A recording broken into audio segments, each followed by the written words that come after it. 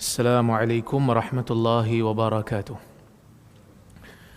Alhamdulillah, nahmaduhu wa nasta'inuhu wa nastaghfiruh wa na'udzu billahi min shururi anfusina wa min sayyiati a'malina. Man yahdihillahu fala mudilla lahu wa man yudlil fala hadiya lahu. Asyhadu an la ilaha illallah wahdahu la syarika lahu wa asyhadu anna Muhammadan 'abduhu wa rasuluh. Allahumma salli wa sallim ala Muhammad wa ala alihi wa sahbihi ajma'in. Ya ayyuhalladzina amanu taqullaha haqqa tuqatih wa la tamutunna illa wa antum muslimun. Ya ayyuhan nasu taqu rabbakumul ladzi khalaqakum min nafsin wahidah wa khalaqa minha zawjaha wa batha minhuma rijalan katsiran wa nisaa'a wattaqullaha alladzi tasaaluna bihi wal arham innallaha kana 'alaikum raqiba. يا أيها الذين آمنوا اتقوا الله وقولوا قولا سديدا يصلح لكم أعمالكم ويغفر لكم ذنوبكم ومن يطع الله ورسوله فقد فاز فوزا عظيما.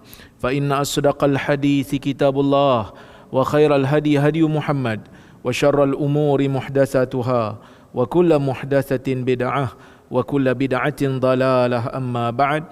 Muslimin dan muslimat yang dirahmati oleh Allah Subhanahu wa taala sekalian, alhamdulillah malam ini kita dapat berhimpun sekali lagi bersama-sama untuk kita sambung balik kuliah kita membaca buku Metodologi Memahami Hadis, dan kita berada pada bab yang ke apa ni? Saya pun lupa dah. Bab memahami hadis berdasarkan hadis lain. Kita ada subtopik yang terakhir. Sepatutnya kita habiskan dalam kuliah yang lepas, tapi saya pun tak sempat nak habiskan lagi tu. Bab yang ketujuh iaitu subtopik yang terakhir dalam disiplin. Siapa dia kejap pelan, dia kejap slow ni. Kejap dia kuat, kejap dia slow.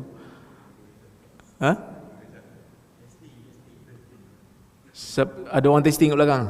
Oh, betul lah.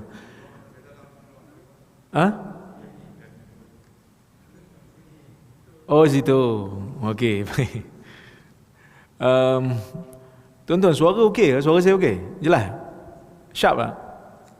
Ke gaung juga? Dia bergaung. Ni PA sistem baru ni. PA sistem baru kan? Kita baru pasang. Okey? Okey sikit ke? Ke masih bergaung? Masih bergaung ya? Tak apalah. Ni zaman-zaman Manchester United kalah, memang kena duduk dalam gaung. Baik. Kita sambung. Di antara disiplin memahami hadis berdasarkan hadis lain, muka surat 185, disiplin yang terakhir ialah mendahulukan riwayat yang lebih sahih apabila tidak mampu untuk diharmonikan. Maksud katanya, apabila ada sebuah hadis bercanggah dengan hadis lain dalam bab yang sama, kita kena harmonikan dulu. Ini disiplin yang sebelum ni. Harmonikan dulu. Cara nak harmonikan tu ada macam-macam, dan inilah medan ulama berbeza pendapat. Kerana mereka berbeza cara untuk mengharmonikan di antara dua hadis yang kedua-duanya sabit ataupun yang kedua-duanya sahih daripada Nabi SAW. Kalau boleh harmonikan, kita harmonikan, ya. Yang macam saya sebutlah dalam kuliah yang lepas, ada sebuah hadis Nabi SAW kata, la adwa wala tiyarah, tidak ada jangkitan.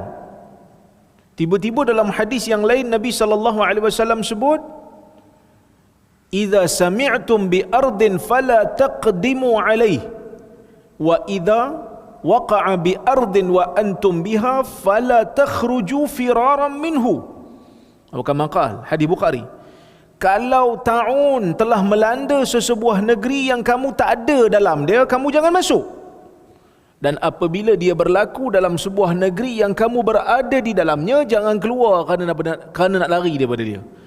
Dalam riwayat yang lain Nabi SAW sebut, firra minal majzum firaraka minal asad, ataupun kama tafirru minal asad, larilah kamu bila nampak orang yang kena kusta seperti mana kamu lari bila nampak singa.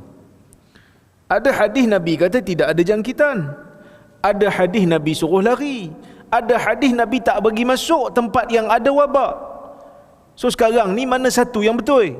Ada jangkitan ke tak ada jangkitan? Bercanggah. Jadi ulama berbeza pendapat. Kan ada yang kata ulama beza pendapat dalam cara nak mengharmonikan hadis ni. Ada yang kata sememang betul-betulnya penyakit tak berjangkit. Sebetul-betulnya penyakit tak berjangkit langsung, dia kata. Dah kalau tak berjangkit, pasal apa Nabi suruh lari? Nabi suruh lari ni hasman lil madah, dia kata. Nak tutup pintu sangkaan buruk. Kalau dia terkena kusta, nanti dia tuduh orang yang dah kena, sedangkan dia memang ditakdirkan kena. Nabi tak bagi masuk tempat yang kena taun, supaya dia tak sangka buruk kepada orang yang dah memang kena kalau bila dia kena. Itu satu pandangan lah. Tapi pandangan ni kurang popular lah. Sebab apa kurang popular di zaman ni? Kerana saintifik kata memang ada penyakit berjangkit. Maka ada dua pandangan yang masyhur. Ni saya ulang balik ni bagi tuan-tuan yang kita dah lama tak kuliah kan. Dah lama tak ada kuliah kan. Jadi nak bagi ingat balik. Dua pandangan yang masyhur. Pandangan yang pertama, mereka mengatakan penyakit berjangkit ada.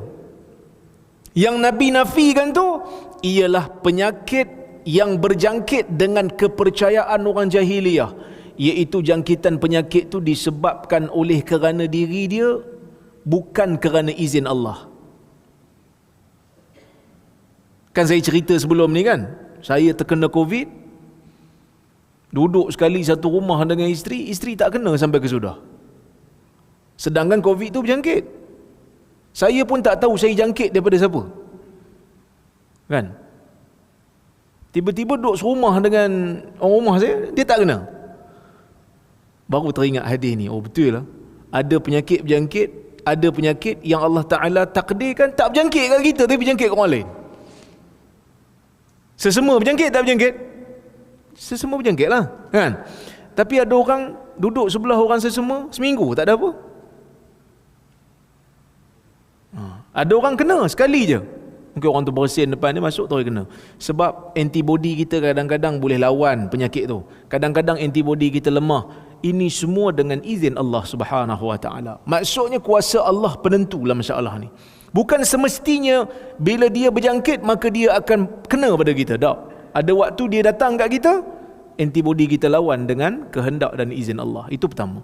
Yang kedua, seperti mana yang dipersetujui oleh guru saya Syekh Sharaf Al-Qudah, waktu dia menghuraikan hadis ni, dia kata yang Nabi kata la adwa wala tiyarah, tidak ada jangkitan, tidak ada kepercayaan sial. Dia kata la dekat situ bukan dengan makna la nafi, tetapi dengan makna la nahi. Bukan menafikan tetapi melarang. Maksudnya jangan kau beri jangkitkan orang. Sebab itu ada hadis, dan ada hadis Nabi SAW menyebutkan la yuridul mumrid alal musih, jangan dicampur yang sakit dengan yang sihat. Nabi tak bagi. Jadi ini dua pandangan yang masyhur lah dalam isu ni. So dia boleh harmonikan. Boleh harmoni. Kalau boleh harmonikan dulu. Macam hadis Nabi SAW yang kita baca dulu.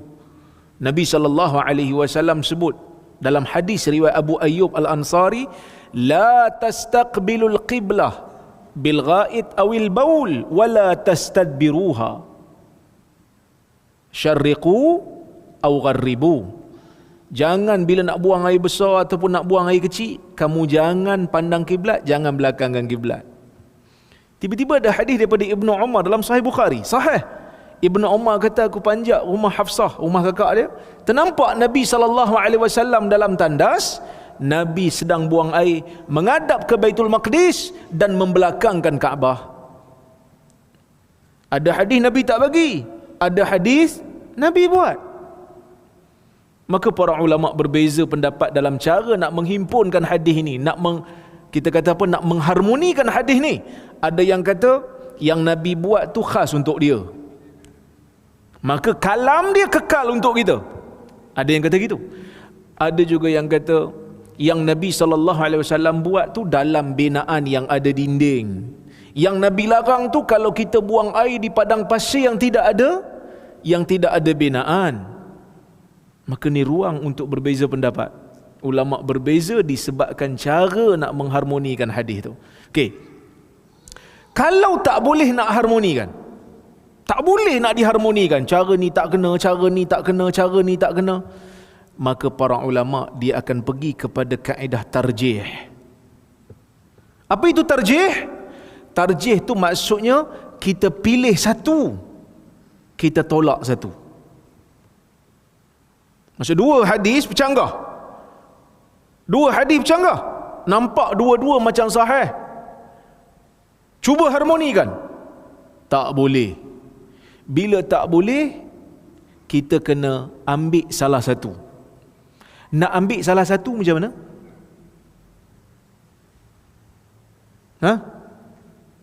Boleh main osom je? Ataupun boleh main tarik undi? Tengok mana? Tak boleh. Di sisi majoriti ulama, kita kena ada murajjihat, kena ada bukti, kena ada alasan yang kukuh untuk pilih salah satu. Begitu banyak qara'in ataupun kita kata apa? Murajjihat, benda-benda yang boleh digunakan untuk pilih salah satu ni. Banyak disebutkan oleh para ulama dalam usul fiqh. Dan kita akan tengok salah satulah. Kalau saya nak hurai, dia akan jadi panjang. Kalau nak hurai semua qara'in tu, ada tesis pun PhD dalam masalah ni. Ada tesis PhD. Bahas tentang macam mana cara nak tarjih di antara dua dalil. Apa kaedah yang ulama guna? Banyak. Tapi kita bagi satu contoh. Tengok. Apabila terdapat beberapa hadis dalam bab tertentu, seseorang yang ingin memahaminya perlu memilih hadis yang paling sahih jika berlaku percanggahan, dan percanggahan tersebut tidak dapat diselesaikan ataupun diselaraskan.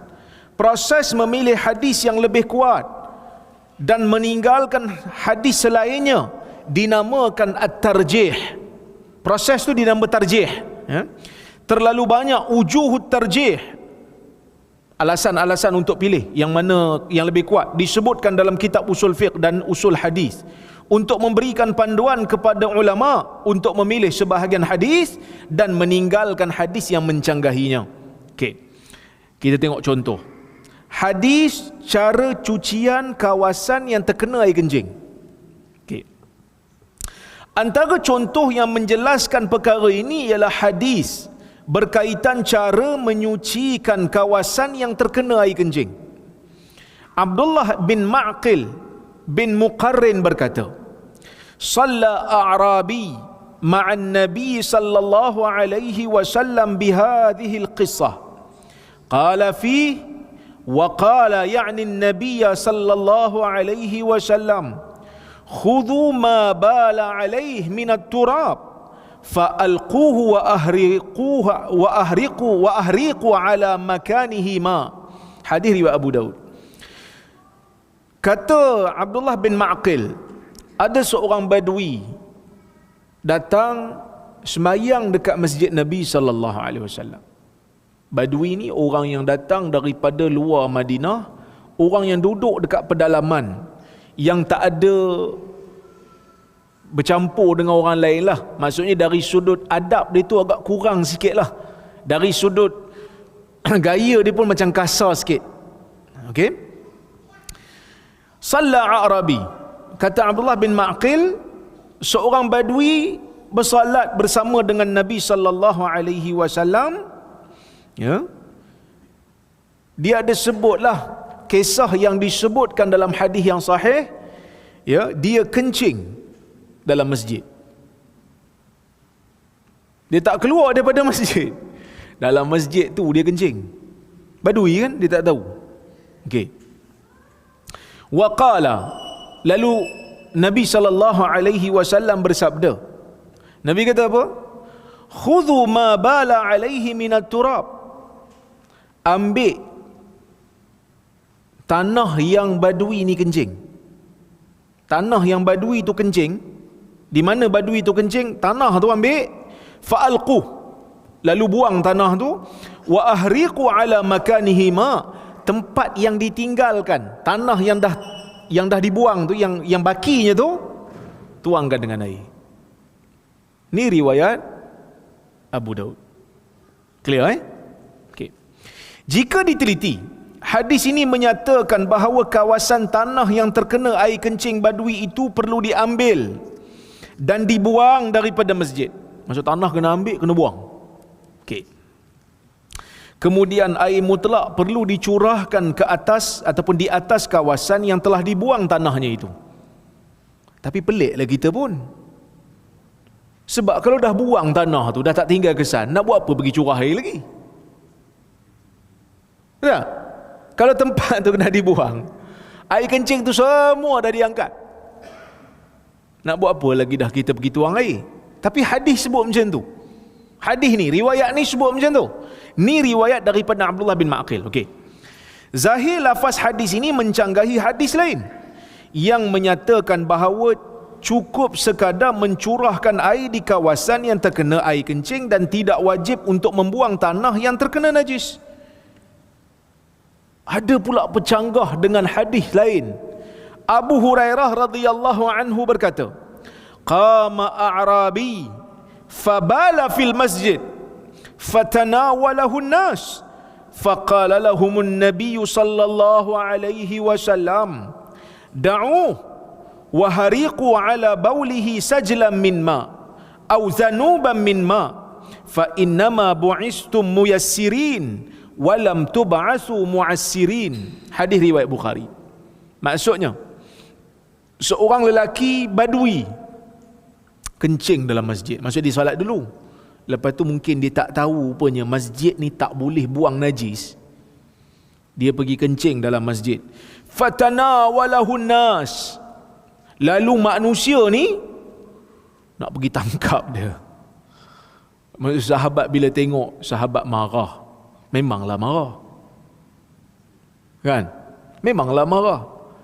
Sebab tu nak bagi tahu, kadang-kadang kita ni ada benda-benda yang tak sesuai untuk kita ucap, tapi niat kita mungkin betul, cuma perkataan kita salah. Ni saya nak bagi tahu juga. Contoh bila kita tengok Israel bom Palestin, bila kita tengok Israel bom Palestin, kita tengok ada sebahagian saudara kita yang Muslim sama macam kita marah, tulis kat Facebook, tak guna punya Israel. Contoh lah kan, tak guna punya Israel, moga Allah binasakan kaum yang zalim daripada kalangan Israel ni. Contohlah kan. Tiba-tiba ada pula kawan kita yang seorang lagi tulis, tak payahlah nak pergi marah Israel, hang sembahyang muda. Pernah dengar? Pernah ada pengalaman macam ni tak? Kan? Tak payahlah nak pergi sembang marah Israel, kau sembahyang pun tak betul lagi. Kan? Jangan nak tunjuk pandai sangatlah, ilmu pun tak ada lagi, fardu ain pun tak lepas lagi. Perkataan macam ni mungkin niat betul, tapi cara dia menuturkan tu salah. Sebab apa? Perasaan marah bila orang buat benda tak betul itu memanglah ada. Orang yang ada iman dalam jiwanya mesti tak suka dengan maksiat yang berlaku yang dia nampak depan mata dia. Kan Nabi SAW sebut dalam hadis kan, man ra'a minkum munkaran falyughayyirhu biyadi fa illam yastati' fa bilisani fa illam yastati' fa biqalbi wa dhalika adhaful iman. Siapa yang nampak benda mungkar depan mata dia, dia cegah, dia perlu cegah dengan kuasa tangan yang dia ada tu. Kalau dia boleh cegah dengan kemampuan dia, dengan tenaga dia, dengan kuasa dia, cegah dengan tangan dia. Fa illam yastati' fa bilisani, tak mampu dengan lidahnya, tak mampu dengan jiwanya, itu selemah-lemah iman. So dia cuba zahirkan dengan lidah dia mungkar tu. Sebab mungkar ni bukan hanya datang daripada orang yang Islam saja. Orang bukan Islam pun kadang buat benda mungkar juga. Jadi dia tak suka benda tu, dia zahirkan, dia bantah, dia benci. Kan macam baru-baru ni Sweden duk bakar Quran kan. Orang Islam tunjuk kemarahan. Tu tak salah. Tapi ada juga orang Islam kata, alah tak payahlah kau sembahyang pun tidak. Alah ilmu kuliah kat masjid pun kau tak datang. Contoh kan. Kadang-kadang perkataan tu, niat tu betul, tapi perkataan tu salah. Kita kena tukar jadi positif sikit. Bagus marah tu. Menunjukkan kau ada iman. Jom datang masjid. Tu sifat orang beriman. Kan bagus? Itu pandangan saya lah. Itu cara saya fikir. Sebab kadang-kadang ada orang yang bila kita cakap macam tu, dia terus frasa, dia kata, aku memang tak layak lah. Aku nak marah untuk agama tak layak. Aku ilmu tak ada. Jadi tak payah, aku tak ambil tahulah pasal agama. Kan tak bagus tu. Kan? Contohlah, satu orang jarang datang masjid. Jarang datang masjid. Dia nak datang masjid pun dia malu. Ada manusia nak datang masjid malu. Sebab apa? Sebab tak pernah datang. Jadi dia pun ambil peluang. Bila nak datang? Dia tunggu bila ada majlis besar-besaran kat masjid. Bila ada majlis besar-besaran, ramai orang datang, dia pun ambil peluang untuk datang. Kan? Tapi kadang-kadang ada di kalangan orang kita, first time dia datang, tara-tara tu juga kena taram. Tengok muka, ada makan baru nak datang. Dia punya ayat. Kadang-kadang dia datang bukan nak makan pun, dia datang nak ambil peluang lah. Patutnya kita bagi tahu, alhamdulillah datang juga. Kali ni, lain kali datang juga. Banyak lagi program kat masjid ni. Kan bagus? Kita jangan matikan semangat orang. Halakan semangat dia tu ke tempat yang betul, untuk dia bertambah baik. Kan? Sahabat Nabi SAW, bila tengok Badui ni kencing dalam masjid, sahabat marahlah juga. Apa kencing dalam masjid ni? Sahabat nak tangkap. Nabi SAW mengatakan, biar dia, da'uh, tinggalkan dia, biar. Sebab apa Nabi suruh biar?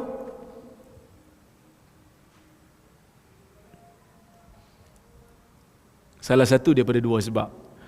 Yang pertama, mungkin Nabi SAW tak nak dia tengah kencing tu, bila orang kejar, dia tertahan kencing dia tu, tak bagus untuk kesihatan dia.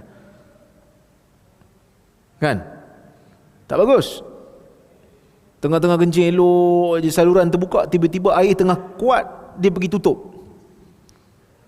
Tak baguslah.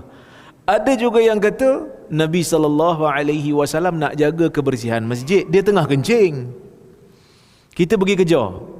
Daripada kencing tu satu tempat, maka kencing tu akan jadi berirama. Dia jadi kencing sambil berlari lah. So lagi susah untuk diuruskan dari kencing dia tu. Lagi susah untuk dibersihkan. Lagi susah untuk kita detect. Dan Nabi kata da'u. Dan mungkin juga, bahkan bukan mungkin, ini di antara sebab yang betul jugalah, rahmatnya Nabi SAW dalam mendidik umat dia. So ada 3 faktor lah. Rahmat Nabi SAW dalam mendidik umat dia, terutamanya yang baru-baru nak kenal Islam. Yang baru-baru nak kenal Islam, dia tak tahu lagi. Mungkin dia betul-betul tak tahu. Sebab dia Badui, dia tak tahu. Dia bukan selalu semayang dengan Nabi SAW. Jangan pukul dia, jangan marah dia. Takut nanti dia tiba-tiba kecil hati, terus tak mau datang masjid, terus mungkin jadi meninggalkan agama terus. Itu lagi rugi. Kan? Itu lagi rugi. Maka Nabi SAW kata da'u wa hariqu ala baulihi sajlam min ma'. Cuma curahkan saja di atas tempat kencing dia tu satu bekas air. Au zanuban mimma, ataupun satu gayung air. Satu gayung air. Fa inna ma bu'istum muyassirin. Nabi kata, kerana kamu semua diutuskan untuk memudahkan. Walam tub'asu mu'assirin. Dan kamu tidak diutuskan untuk menyusahkan. Kamu bukan disuruh untuk susahkan orang. Tak. Mudahkan urusan orang. Jangan marah orang tak tentu hala kalau orang tu tak tahu. Dalam hadis ni, dalam riwayat ni, riwayat Abu Hurairah ni, ada Nabi suruh buang tanah tu? Tak ada. Nabi suruh curah saja. Habis tu mana satu yang betul? Mana satu yang betul? Mungkin ada yang kata kita kena gabung dalam 2 riwayat ni. Sebab apa kena gabungkan 2 riwayat ni? Sebab dua-duanya okey daripada Nabi SAW. Maksudnya buang dulu kawasan tu, curah air tempat bekas tu. Tapi akal kita susah nak terima. Sebab apa? Sebab siapa kena curah? Sebab nak buang najis, nak hilangkan najis, supaya najis tu turun ke bawah. Dah kalau kita dah buang tempat najis tu, kita dah korek tempat najis tu, nak buat apa lagi dah tuang? Ha? Tak, sebab Nabi kata buang tanah yang kena air kencing tu. Dah maksudnya semua dah buang dah. Tak ada keperluan nak pergi tuang. Buang je lah. Okey. Hadis ini menyatakan proses pembersihan bagi kes ini hanya cukup dengan menuangkan air mutlak di atas tanah yang terkena air kencing dan tak perlu untuk buang tanah daripada kawasan yang terkena kencing tu. Maka secara zahirnya berlaku percanggahan di antara dua hadis. Canggah. Okey. Ulama silap mempunyai dua pandangan dalam menyelesaikan percanggahan ni. Ada dua pendapat. Pendapat yang pertama ialah pendapat Hanafi. Mazhab Hanafi kata dua-dua hadis ni diterima pakai. Hadis yang mengarahkan untuk dibuang tanah tu jika tanah tu keras, dia kata. Kalau tanah tu lembut, tak payahlah buang. Still masih lagi tak boleh kita nak brain. Sebab tak boleh nak percaya. Sebab kalau tanah tu keras, kita buang tanah tu, sama jugalah tak payahlah pergi curah. Sebab tanah keras, tanah air kencing tak masuk. Okey. Yang kedua, majoriti ulama mengatakan Abu Hurairah radhiyallahu anhu lebih utama untuk diamalkan. So, majoriti ulama, 3 mazhab ambil hadis Abu Hurairah. Sebab dia kata hadis Abu Hurairah lebih kuat daripada hadis Maqil tadi. Kenapa? Kerana Abu Hurairah ni hadis dia riwayat Bukhari. So bila riwayat Bukhari lebih kuat daripada riwayat Abu Daud. Sebab apa riwayat Bukhari lebih kuat?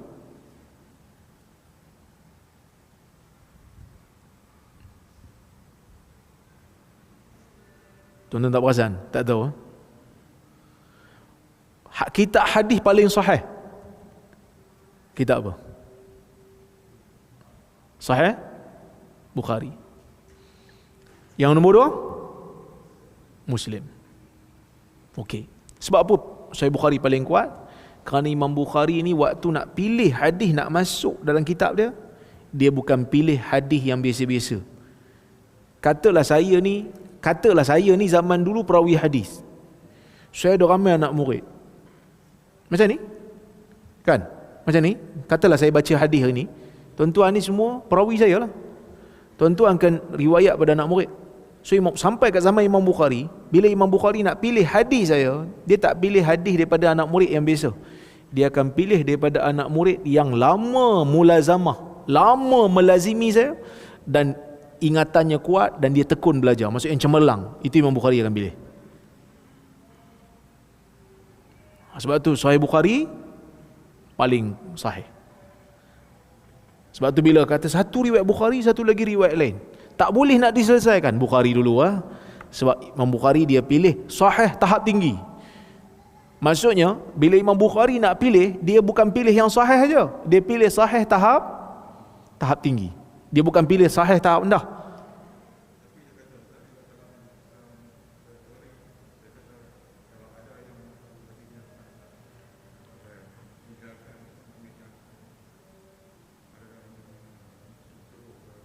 Itu Imam Syafi'i kot.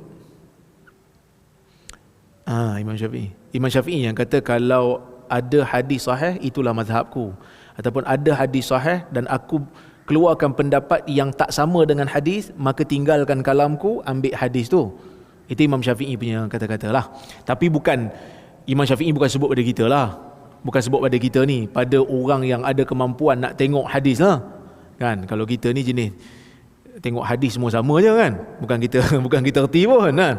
Tapi nak bagi tahunya, Imam Bukhari waktu dia nak pilih hadis daripada anak murid seorang tokoh hadis, dia tak pilih yang biasa-biasa.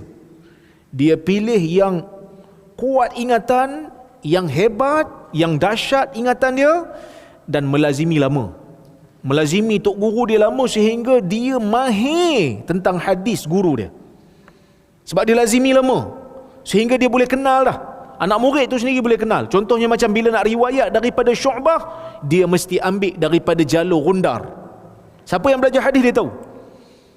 Imam Bukhari biasa kalau nak riwayat daripada Syu'bah, dia mesti ambil daripada jalur Gundar. Gundar ni gelaran dia, sebab dia suka bising dalam kelas. Jadi orang panggil dia Gundar. Nama dia Muhammad bin Ja'far kalau tak silap. Kan? Kalau nak ambil riwayat daripada Ibnu Umar, mesti ambil daripada jalur Nafi' umpamanya.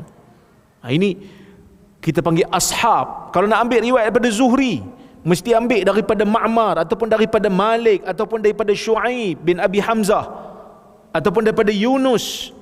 Ini semua tokoh-tokoh hebat yang melazimi Zuhri untuk tempoh masa yang lama. Tapi kalau Imam Muslim, kenapa dia nombor 2? Imam Muslim kalau nak masukkan hadis yang utama, yang asas dalam kitab dia, dia pilih perawi anak murid yang nombor 1, yang macam Bukhari tadi, dan juga yang level nombor 2, yang ingatan kuat, kukuh, tapi tak melazimi syekh tu dalam masa yang lama. Mungkin jumpa sekali dua, tapi dia kata selagi mana dia ingatan kuat, kukuh, okey lah. Bukhari tak? Bukhari yang nombor 1 punya level. Nombor 2 ni Bukhari bawa juga, tapi sebagai hadis sokongan saja. Muslim nombor 1, nombor 2 dia guna hadis asas. Nombor 3 dia turun sikit untuk hadis sokongan. Kalau tuan-tuan nak faham benda ni, boleh cari video saya, seminar metodologi muhaddithin ataupun manahij al-muhaddithin. Ini level tinggi lah. Cuma saya nak bagi tahu yang mudah aja. Kenapa Bukhari punya lebih tinggi? Kerana dia pilih riwayat anak murid yang hebat, yang nombor 1 punya level, cemerlang punya level, cream of the cream. Muslim dia rendah sikit. Abu Daud lagi rendah lah, lagi luah dia punya syarat. Sebab tu dalam Sunan Abu Daud, dalam Sunan Abi Daud ada riwayat yang tidak sahih. Abu Daud tahu tak riwayat tu tak sahih? Tahulah. Dah pasal apa dia bawa juga. Dia sendiri sebut dah. Dia kata dia akan keluarkan dalam sunan dia mana-mana hadis yang dijadikan sandaran hukum yang terbaik yang dia jumpa. Kalau dalam bab tu tak ada hadis sahih, dia akan bawa yang paling baik yang ada. Imam Tirmizi umpamanya, masa dia tulis Sunan Tirmizi, dia letak dah satu statement. Dia kata, saya akan bawa keluar dalam Sunan Tirmizi ni semua hadis yang dijadikan oleh ulama sebagai sandaran dalam hukum dan dalam agama. Maksudnya mana-mana ulama yang guna hadis sebagai sandaran dalam hukum ataupun dalam agama, saya bawa keluar. Tak kira lah sahih ke tak sahih. Sebab tu ada riwayat yang Imam Tirmizi bawa keluar dalam sunan dia, lepas tu Imam Tirmizi komen, hadis ni tak sahih. Sebab apa dia bawa keluar? Sebab ada orang lain pakai. Dia nak bagi tahu hadis ni tak sahih. Yang sahihnya yang kemudian yang aku nak bawa ni. Sebab tu kita bila baca kitab hadis, jangan kata, takkan tak sahih, Imam Tirmizi buh dalam kitab dia. Siapa lagi pandai? Hang ke Tirmizi? Kita kata Tirmizi pandai, tapi hang banyak tak pandai. Sebab Imam Tirmizi bagi tahu siap-siap dah, yang dia akan bawa keluar hadis dalam kitab dia tak semestinya sahih. Tak semestinya. Kadang-kadang dia bawa masuk litta'lil, dia bawa masuk untuk bagi tahu pada kita hadis ni lemah, hadis ni dhaif. Dia bagi tahu. Sebab saya ada pengalaman juga. Duk bahas-bahas, dia kata hadis ni dalam Sunan Tirmizi. Saya kata hadis ni dhaif. Dia kata hang lagi pandai daripada Tirmizi ke? Daklah, saya kata tengok kat bawah tu. Kan qala Abu Isa hadha hadisun laisa bi sahih. Abu Isa berkata hadis ini tidak sahih. Dia kata ni Abu Isa mana? Abu Isa ni kan boleh percaya, Wahabi ni. Tepuk kepala saya. Abu Isa tu Tirmizi lah. Nama dia Abu Isa Muhammad bin Saurah At-Tirmizi. Abu Isa tu Tirmizi. Oh iya ke? Abu Isa tu Tirmizi. Dapat siapa dia tulis nama dia sendiri? Kan kitab zaman tu bukan cetak macam hari ni boleh beli. Zaman dulu bila orang nak riwayat ataupun nak salin buku hadis, dia dengar daripada imla, dia dengar daripada syekh. Syekh baca, anak murid tulis. Lepas tu syekh kata hadis ini tidak sahih. Anak murid tulis apa? Qala Abu Isa. Sebab dia panggil tok guru dia Abu Isa. Dia panggil Tirmizi tak Abu Isa. Maka berkatalah Abu Isa hadis ini tidak sahih. Orang tak biasa baca kitab hadis macam tu. Saya tak kata semua. Dan saya tak kata saya pandai. Dulu saya pun lebih kurang tu juga. Sehinggalah ada sikit Allah Ta'ala bagi ruang belajar dalam bidang hadis. Baru saya tahu, tepuk kepala juga saya. Allah, rupanya tak senang juga nak baca kitab-kitab hadis ni. Ada sebahagian pengkaji juga kadang-kadang dia kata, oh hadis ni tak palsu. Kita kata hadis ni palsu sebab ada pemalsu dalam dia. Ulama ni kata palsu, ulama ni kata palsu. Dia kata tak palsu. Pasal apa tak palsu? Sebab kan masa penulis ni tulis, dia sebut dah dalam mukadimah dia takkan buat masuk hadis palsu dalam kitab dia. Tuan-tuan, mukadimah ni sebagai panduan. Tapi dia bukan pemutus. Imam Bukhari dia bagi tahu siap-siap dah, ma wada'tu fi kitabi hadha fi kitabil jami' illa ma sah.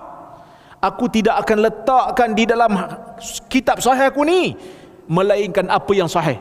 Imam Bukhari siap-siap bagi tahu, aku tak akan letak melainkan sahih saja. Imam Muslim pun cakap benda yang sama. Tapi ulama terima bulat-bulat ke? Ulama-ulama ahli sunnah ni terima bulat-bulat ke mukadimah tu? Tak.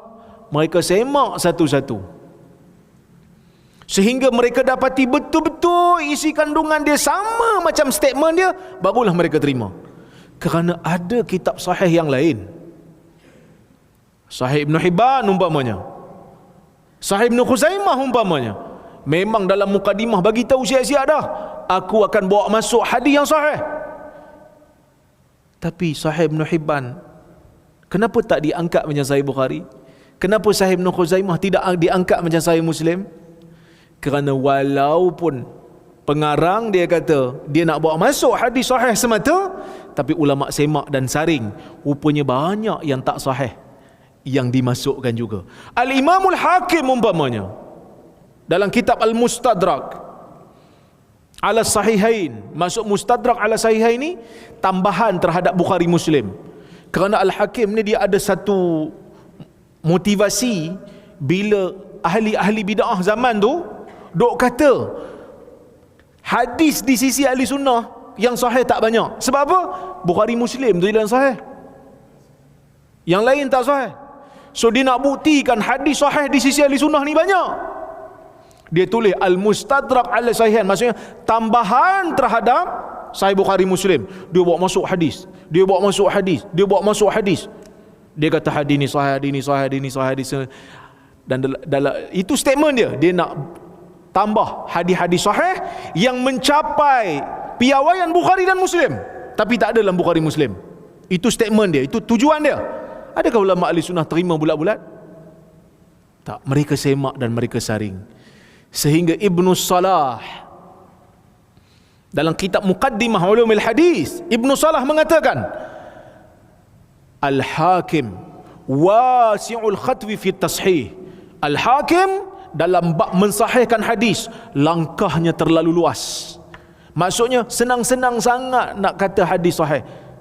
Kadang-kadang dia kata sahih, Az-Zahabi kata palsu. Ada. Sebab itu Ibn Hajar kritik, Ibnu Salah kritik Al-Hakim sebagai ulama yang terlalu bermudah-mudah. Kita tak boleh terima secara umum begitu, tak boleh. Dalam akademik kena tengok satu persatu. Dan yang paling menarik tuan-tuan, dan yang paling menarik dalam ilmu hadis ni, Al-Imam Suyuti. Al-Imam Suyuti ini bukan kita nak pelekeh ulama, tak, tapi nak bagi tahu betapa ulama Islam ni dalam bab ilmu dia tak kenal bias, dia tak kenal ta'assub. Al-Imam Suyuti dia ada tulis kitab Al-Jami' As-Saghir dengan Al-Jami' Al-Kabir. Dan dalam mukadimah kitab tu, saya tak ingat mukadimah kitab Jami' Saghir tak silap. Kalau tak Jami' Saghir, Jami' Kabir. Lama dah saya baca benda ni. Dia kata saya tak akan bawa masuk dalam kitab saya melainkan hadis yang bukan palsu. Bukan palsu. Dia kata kalau ada dalam kitab ni, ia bukan palsu. Sebahagian orang kita terima. Dia kata kalau palsu, kenapa Imam Suyuti bawa masuk dalam kitab dia Jami' Saghir? Sedangkan ada hadis yang Suyuti bawa masuk dalam kitab tu, dalam kitab lain dia sendiri kata palsu. Dia sendiri kata palsu. Nak bagi tahu kadang-kadang pada dia, kadang-kadang ulama ni dia ada benda yang dia terlepas pandang. Ada benda yang dia tersilap. Sebab itu Syekh Al-Ghumari ni dia bukan aliran Salafi tau. Syekh Rumari ni dia aliran Sufi. Dia tulis satu kitab, Al-Mughir tajuk dia. Al-Mughir tajuk dia.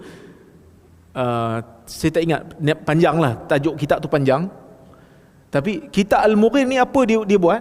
Dia kumpulkan semua hadis-hadis palsu yang ada dalam kitab Suyuti, Al-Jami' Saghir ni, dia letak dalam satu kitab. Adakah dia nak malukan Suyuti? Dah. Tapi dia nak bagi tahu kat umat, dalam bab ni Suyuti tak tersilap. Kerana ulama Islam ni, dia tak kenal erti taksub. Dia tak kenal erti bias. Oh, dia geng kita sembunyikan lah. Dia geng kita sembunyikan lah. Tak payahlah cakap. Kan? Tapi kalau bukan geng kita, bukan main lagi. Tak boleh macam tu. Ini saya nak sebut juga lalang kan, dah masuk bab ni. Macam isu yang viral 2-3 hari ni. Sedutan drama bekas menteri pendidikan kita, sahabat saya jugalah, Dr. Mazli, kan dia ada sebut satu dialog yang tak baik. Dia sebut satu dialog yang tak bagus. Tuan-tuan tengok? Tak tengok video pendek tu? Dia macam double meaning sikit lah. Jadi orang hentam dia. Orang marah dia, orang kata tak sepatutnya seorang bekas menteri pendidikan, seorang ustaz cakap perkataan yang ada double meaning. Double meaning ni maksudnya orang boleh faham ke arah lucah sikit. Sebab dia berlakon dalam filem tu, dia berlakon dalam drama tu, nampak macam dia tu jahat lah dalam penjara, banduan. Netizen marah tu kerana perkataan tu tak sesuai dia ucap. Perkataan tu perkataan yang tak elok. Saya mula-mula tengok tu pun saya terkejut juga. Kenapa sebut perkataan ni kan? Tekanan demi tekanan, ramai ustaz keluar ni. Ustaz-ustaz semua pakat menulis belaka. Hak ni tulis, ramai tulis. Muncul, entah daripada mana pun datang, muncul. Hentam. Saya kata, isu ni jadi isu besar ni kan.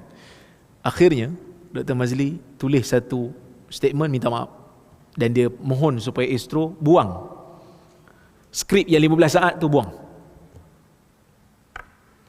Alhamdulillah. Maksudnya dia terimalah teguran. Perkataan yang kotor tak boleh disebut oleh orang agama, walaupun sedang berlakon, kerana ia menghina golongan perempuan. Dia hina. Nampak macam tu lah ke arah tu. Okay. Tapi kita yang kecam-kecam ni, saya nak pergi ke arah tu. Kita yang kecam-kecam Dr. Mazli ni, alhamdulillah dia minta maaf. Masa seorang ustaz tunjuk isyarat lucah dalam masjid, masa seorang ustaz mencarut dalam masjid, saya tak mau sebutlah perkataan tu. Masa tu tindakan kita sama ke macam kita kecam Dr. Mazli ni? Saya tak kata salah, boleh kecam, bahkan kena tegur, kerana perbuatan tu memang salah, walaupun dalam drama. Tapi kalau dalam drama pun kita tak suka perkataan double meaning, perkataan lucah, perkataan kotor, dalam masjid apatah lagi. Kadang-kadang saya, tuan-tuan, saya lah mujurlah duduk kat Perlis ni, alhamdulillah. Tapi dulu masa duduk kat selain daripada Perlis ni, kadang-kadang nak bawa anak-anak pergi kuliah ni takut sikit. Takut penceramah tu keluar isyarat yang bukan-bukan, takut keluar perkataan yang tak elok, perkataan maki. Dalam masjid ada budak-budak kan. Tapi masa tu sebahagian dia kata, alah, relax lah ustaz, kami orang Kedah macam tu, kami orang Terengganu macam tu. Tak boleh lah, dia double standard lah.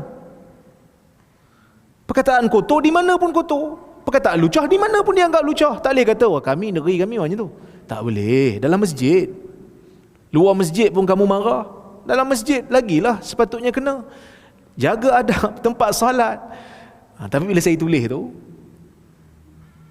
ramai orang marah saya pula. Dia kata, nak backup kawan. Saya tak backup pun. Bahkan saya kata, baguslah dia minta maaf tu. Yang seorang lagi ni bila nak minta maaf, yang seorang ni bila nak minta maaf, contohlah kan, Sepatutnya kita kena konsisten. Tengok macam mana ulama zaman dulu. Insaf. Maksudnya mereka insaf. Insaf ni maksudnya mereka adil dalam menilai. Mereka adil dalam mengkritik. Mereka tak bias. Salah, bagi tahu salah. Kan? Tu saya nak pergi ke arah tu lah. Mudah-mudahan tuan-tuan kita jadikan sebagai panduan. Dah masuk waktu ke? Belum? Okey. Kita masuk bab baru. Bab nombor 8. Memahami hadis berdasarkan metafora atau bahasa kiasan. Bahasa Arab ni pun dia macam bahasa Melayu. Ada kiasan, ada gambaran, ada perumpamaan, ada. Bahasa Arab pun ada. Bahkan bahasa Arab lagi kaya daripada bahasa Melayu. Jadi, bila siapa-siapa yang baca hadis, dia kena tahu Nabi ni orang Arab. Nabi SAW ni orang Arab. Nabi berbicara dengan orang Arab. Bahkan Nabi min afsahin nas. Nabi ni sefasih-fasih orang Arab. Jadi bila Nabi bercakap bahasa Arab, sefasih-fasih manusia dalam Arab, so Nabi akan guna kaedah bahasa Arab. Apa kaedah bahasa Arab? Kadang-kadang orang Arab ni bercakap dengan makna hakikat, kadang-kadang bercakap dengan bahasa kiasan, kadang-kadang bercakap dengan bahasa perumpamaan. Dalam bahasa Arab ada, saya ringkaskanlah setakat yang saya jumpa hadis, kadang-kadang Nabi menggunakan kinayah, kadang-kadang Nabi menggunakan majaz. Okey, kita tengok. Bahasa Arab mempunyai pelbagai kaedah dan cara untuk menyampaikan mesej. Ada kaedah berterus terang yang dipanggil hakikat, dan ada juga kaedah al-majaz, iaitu menggunakan bahasa kiasan atau perumpamaan. Ini menunjukkan kekayaan bahasa Arab dalam kesusastraan. Nabi SAW juga adalah orang Arab. Baginda SAW adalah seorang yang fasih berbahasa Arab. Oleh itu ada kalanya baginda menggunakan al-majaz dalam menyampaikan sesuatu mesej. Macam mana kita nak tahu Nabi guna bahasa kiasan ke bahasa hakikat? Kita kena cari qarinah. Qarinah ni maksudnya kena ada petunjuk yang menunjukkan ini bukan makna hakikat ni. Sebagai contoh, kita cakap dengan kawan kita, aku nampak tadi ada singa tengah minum dekat kedai kopi. Itu bahasa kiasan ke bahasa hakikat? Aku nampak tadi singa ada seekor minum kat kedai kopi. Hakikat ke majaz? Hakikat ke kiasan? Itu bahasa pinjaman lah tu. Maksudnya bukan singa betul. Kita faham dah bila minum kedai kopi ni manusia yang diumpamakan seperti singa, kan? Ataupun bila kita sebut ke orang, wajahmu seperti bulan purnama, maksudnya apa? Muka dia bercahaya, bersinar, indah seperti bulan di waktu malam. Itu bahasa perumpamaan. Tashbih dia panggil. Menyamakan sesuatu dengan sesuatu kerana ada satu ataupun lebih sifat yang sama. Cuma kadang-kadang bahasa pinjaman, bahasa perumpamaan ni ataupun penyamaan ni dia berbeza ikut budaya juga. Orang kita kalau panggil orang lain sebagai singa, konotasi dia positif ke negatif? Negatif ke positif? Cikgu kamu ni, ayah tengok singa. Maksudnya apa? Garang lah. Dia macam ada negatif sikit lah. Tapi orang Arab kalau kita panggil dia singa, positif, maksud berani, berkuasa, gagah, raja rimba kan. So orang Arab dia suka kalau kita panggil dia singa. Okey? Baik. Masuk waktu dah. So kita bagi ruang pada azan dulu. Okey. Tuan-tuan dan puan-puan rahmati Allah sekalian, kita sambung balik perbincangan kita sikit lagi. Tapi baru masuk sebenarnya bab 8 ni kan. Okey. Berkenaan dengan perkataan yang boleh difahami dengan makna hakikat dan boleh difahami dengan makna perumpamaan ataupun kiasan. Semua itu memerlukan kepada qarinah. Kita kena tengok sesuatu yang menjadi persekitaran perkataan tu disebut. Ataupun kadang-kadang akal kita pun tahu dah. Ya, akal kita tahu, takkanlah singa boleh minum kat kedai kopi pula. So kita tahu dengan akal tak mungkin. Ini makna hakikat. Okey? Baik. So di situ saya tulis, yang pertama sekali dalam hadis ada disebutkan tentang kinayah. Apa itu kinayah? Kinayah ialah ayat yang digunakan untuk menunjukkan makna yang tersirat dengan menyebut perkara yang melaziminya ataupun yang berada bersama dengan dia. Kita nak maksudkan satu benda, kalau hakikat kita sebut terus benda tu. Tapi yang ni kita macam nak sembunyikan benda tu. Tak nak sebut benda tu, tapi kita sebut benda yang melaziminya. Ataupun benda yang bersama dengan dia. Yang bila kita sebut tu, kita tahu. Jadi dia macam satu sindiran lah. Okey. Contoh, kalau saya sebut, sewaktu pemimpin itu berucap, penonton yang hadir di dalam majlisnya sentiasa melihat jam mereka. Maksud dia apa? Bila kita dengar seorang pemimpin bercakap, penonton asyik tengok jam je. Maksud apa?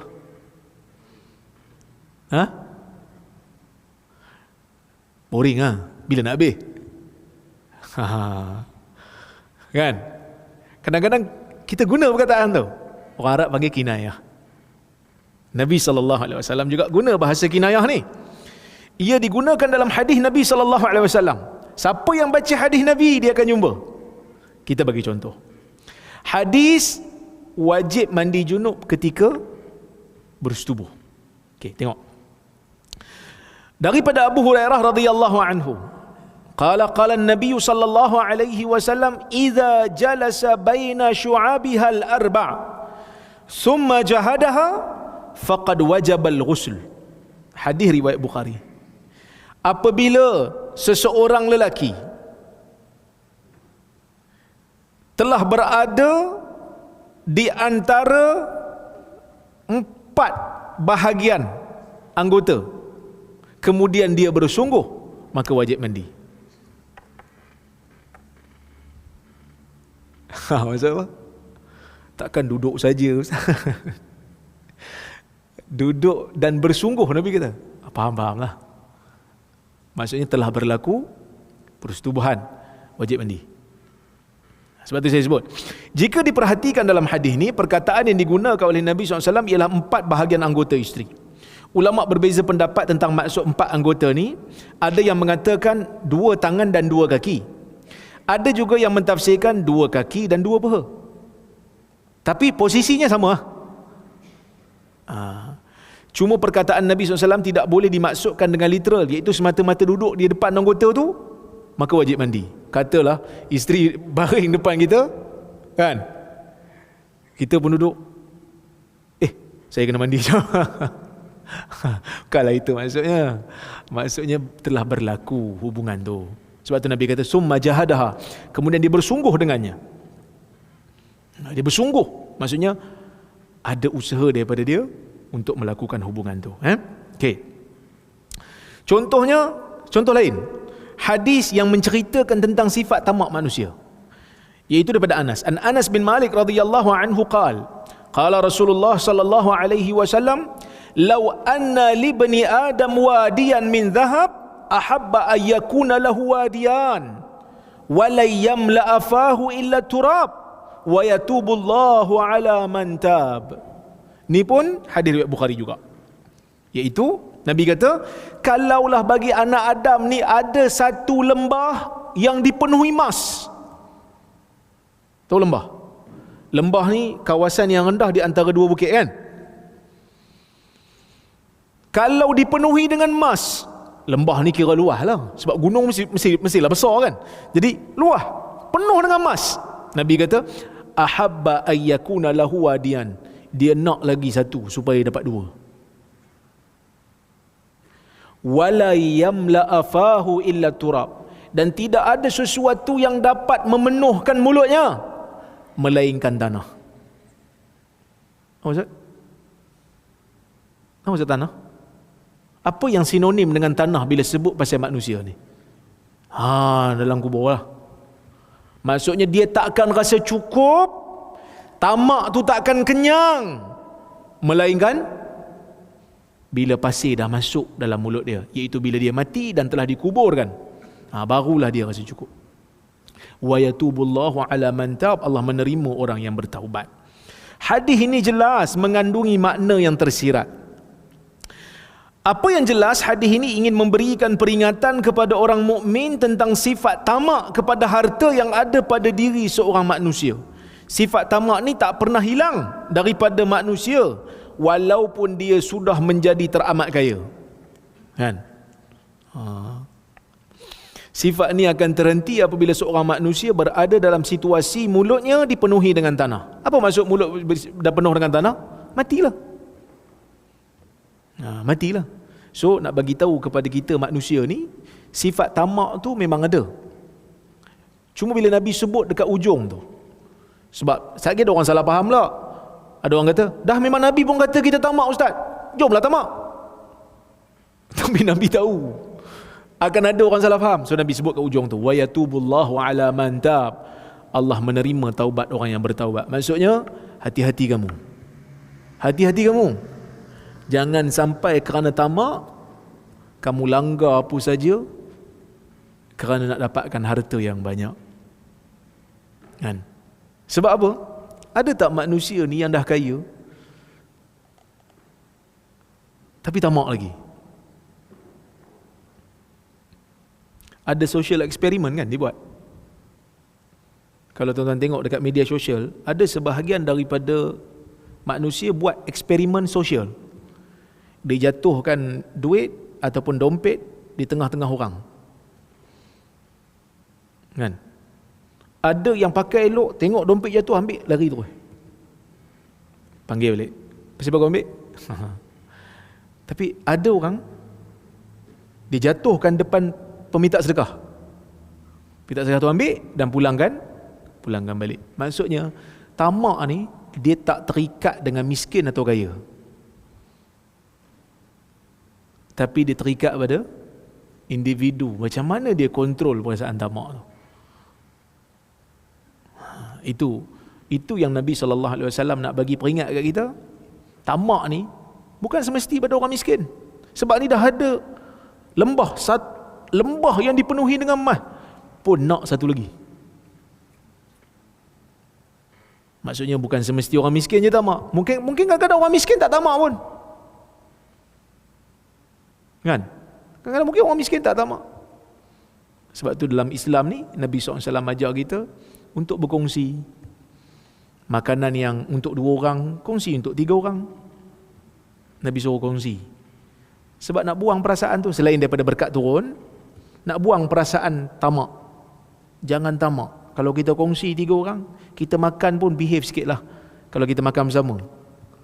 Tu yang kadang-kadang orang Melayu makan, tinggal seketui je lauk kat depan tu, tak ada siapa nak ambil. Dia dah mula dah rasa, nanti kalau aku ambil nanti orang kata aku tamak pula. Kan?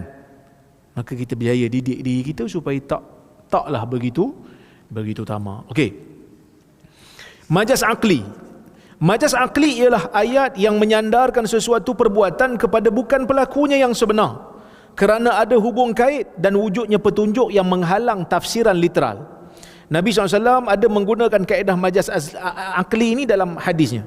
Antaranya hadis berkaitan angin sebelum kiamat.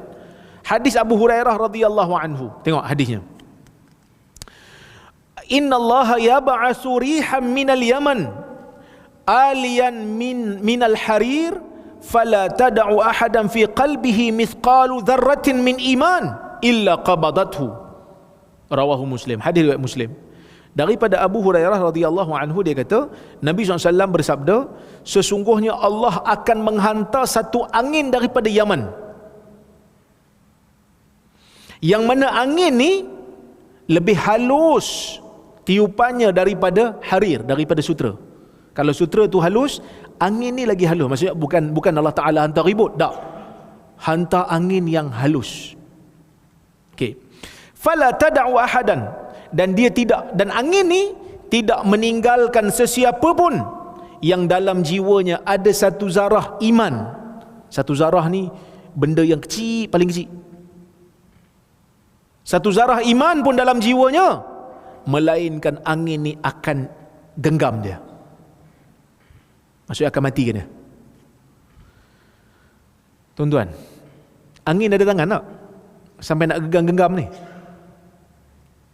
Angin mana ada tangan nak genggam? Akal kita pun tahu. Nabi menggunakan bahasa kiasan ni. Maksudnya tangkap tu, angin tu akan matikan. Angin tu akan matikan orang yang dalam jiwanya ada iman. Ni bila ni? Sebelum kiamat. Sebelum kiamat. Cuma para ulama dia berbeza pendapat. Para ulama dia berbeza pendapat. Hari kiamat ni, kalau dia berlaku, kehancuran alam ni, bila dia berlaku, ada tak orang beriman? Ke tak ada? Kalau ikut hadis ni, tak ada lah kan? Sebab mati dulu dah. Sebab tu ulama berbeza pendapat, dua pendapat. Pendapat yang pertama, pendapat ni adalah pendapat yang dipilih oleh seorang ulama yang bernama Ibn Battal. Ibn Battal dalam kitab dia mensyarahkan Sahih Al-Bukhari, dia kata yang dimaksudkan dengan hadis ni, angin ni cuma tangkap sebahagian manusia saja.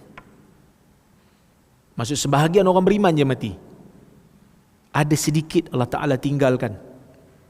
Kerana di sana ada hadis yang lain. Yang mana Nabi SAW kata, la tazalu ta'ifatun min ummati zahirina 'alal haq. Akan sentiasa ada di kalangan umat aku ni yang berdiri di atas kebenaran sehingga kiamat. Dia kata, sikit. Tapi Al-Imam Nawawi rahimahullah dan sebahagian ulama yang lain, ramai jugalah ulama, dan inilah pendapat setakat yang saya tengok, ramai ulama yang berpegang dengan pandangan ni. Dia kata, bila berlaku kiamat, orang beriman tak ada lah. Kerana di sana ada hadis Nabi SAW menyebutkan, la taqumu sa'ah illa ala syirarin nas. Tidak akan berlaku kiamat melainkan kiamat tu akan berlaku ke atas seburuk-buruk manusia. Sehingga dalam hadis yang lain Nabi SAW menyebutkan, dalam Sahih Muslim, Nabi SAW kata, tidak akan berlaku kiamat, la taqumu sa'ah hatta la yuqalu fil ard Allah, Allah. Tidak akan berlaku kiamat sehinggalah dalam dunia ni tak ada lagi orang sebut nama Allah. Dalam riwayat Ahmad disebut la ilaha illallah. Tak ada lagi orang sebut la ilaha illallah. Dan pada waktu itulah mungkin hadis Nabi yang kata akan ada Habsyah yang akan pergi robohkan Kaabah. Waktu itulah waktu di mana tak ada lagi dah orang beriman dalam dunia ni, semua pakat mati belaka dah. Mungkin tuan-tuan happy, seronok sebab kita akan mati sebelum kiamat berlaku. Betul? Nampak macam happy. Jangan happy sangat. Saya risau. Takut-takut angin tu datang, semua mati kecuali kita. Kita tak sedar iman kita terbatal. Na'udzubillahi min dzalik. Itu yang kita takut. Sebab tu kena jaga iman, jangan bagi batal. Seperti mana kita jaga solat tak batal, iman jangan lupa. Jangan bagi batal, insya-Allah, ya. Jadi kita berhenti kat sini dulu. InsyaAllah kita sambung lagi kuliah kita pada masa akan datang. Saya tengok kalau ada soalan ataupun komentar.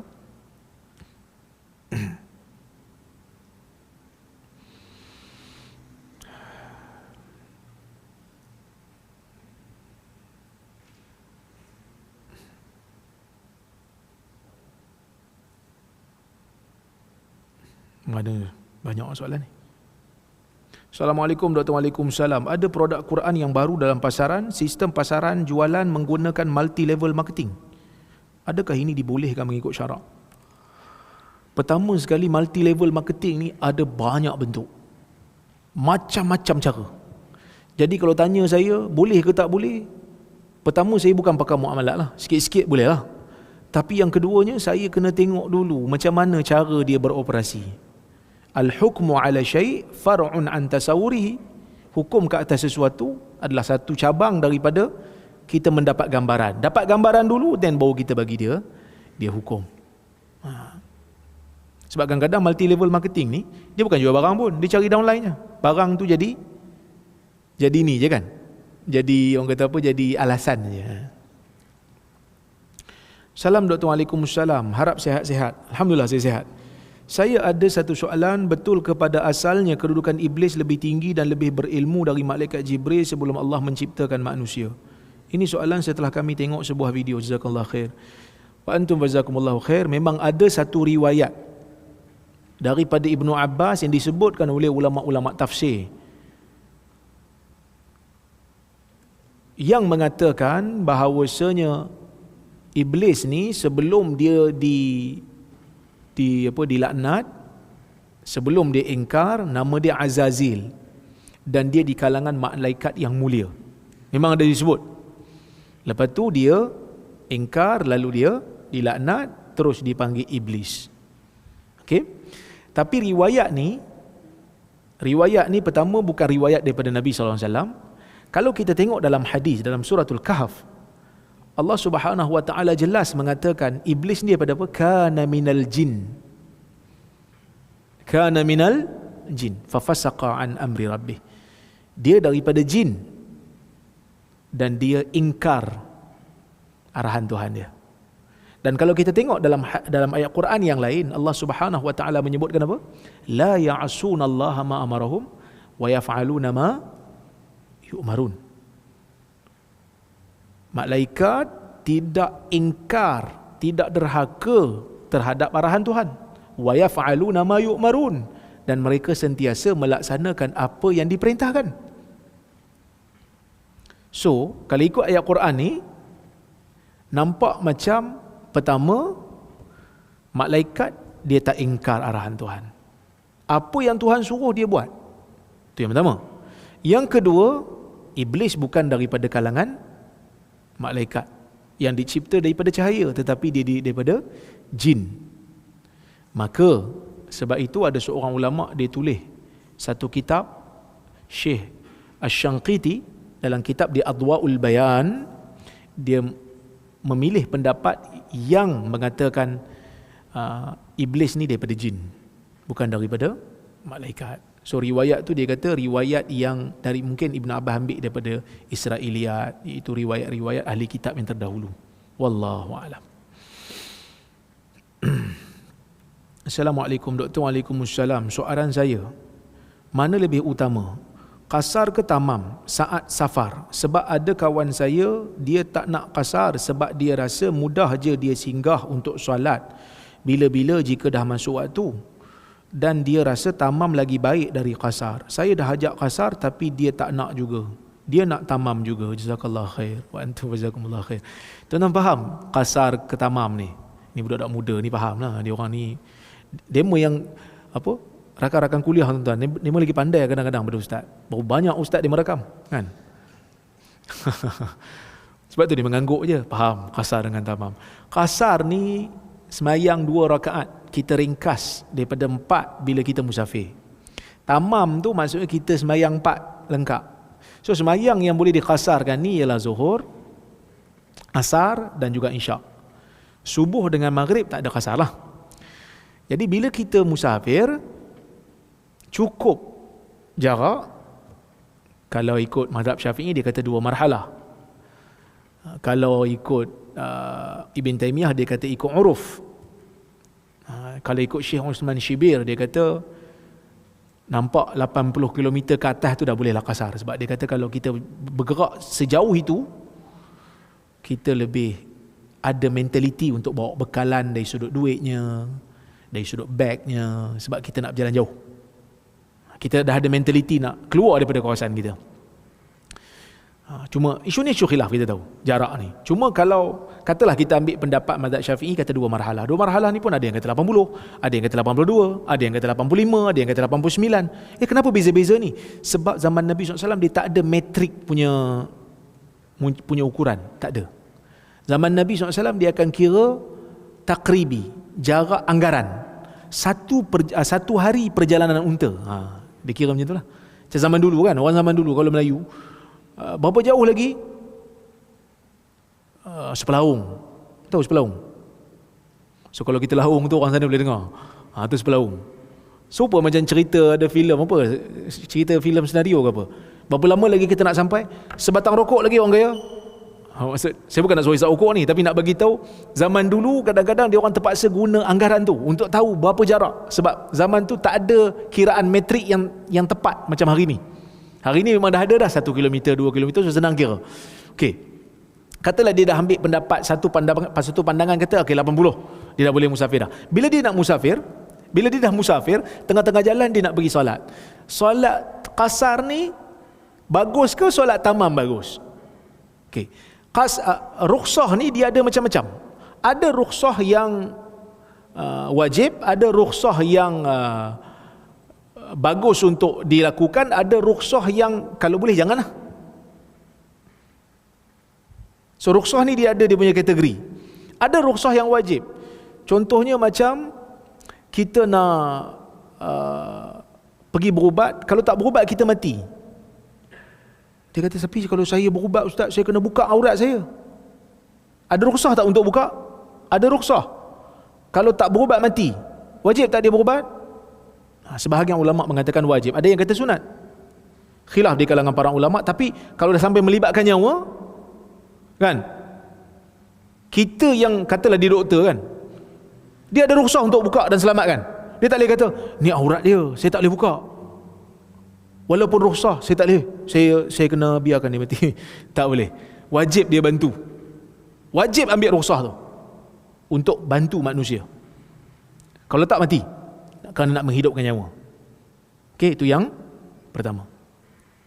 Ada rukhsah yang lebih utama untuk tak buat. Kita musafir puasa. Elok puasa ke elok buka? Kita musafir, kita puasa. Kita boleh tak buka bila musafir? Adalah syarat-syarat dia, tapi katalah subuh tu kita dah musafir dah. Masa subuh masuk kita dah musafir dah. Ini sepakat ulama boleh berbuka. Sebab saya tak mau masuk bab khilaf. Kalau musafir mula tengah hari ke apa tu ada khilaf di kalangan ulama. Ini subuh-subuh tu memang kat waktu sahur tu kita dah musafir dah. Boleh tak untuk tak puasa? Boleh. Tapi bagus puasa ke bagus tak puasa? Wa antasumu khairul lakum. Kalau kamu puasa itu lebih baik untuk kamu. Ada hadis Nabi kata laisa minal bir as-siyamu fi safar. Bukanlah daripada kebaikan puasa pada waktu safar. Kita dah bincang awal-awal kuliah. Saya dah tulis dalam buku ni. Tuan-tuan ingat lagi?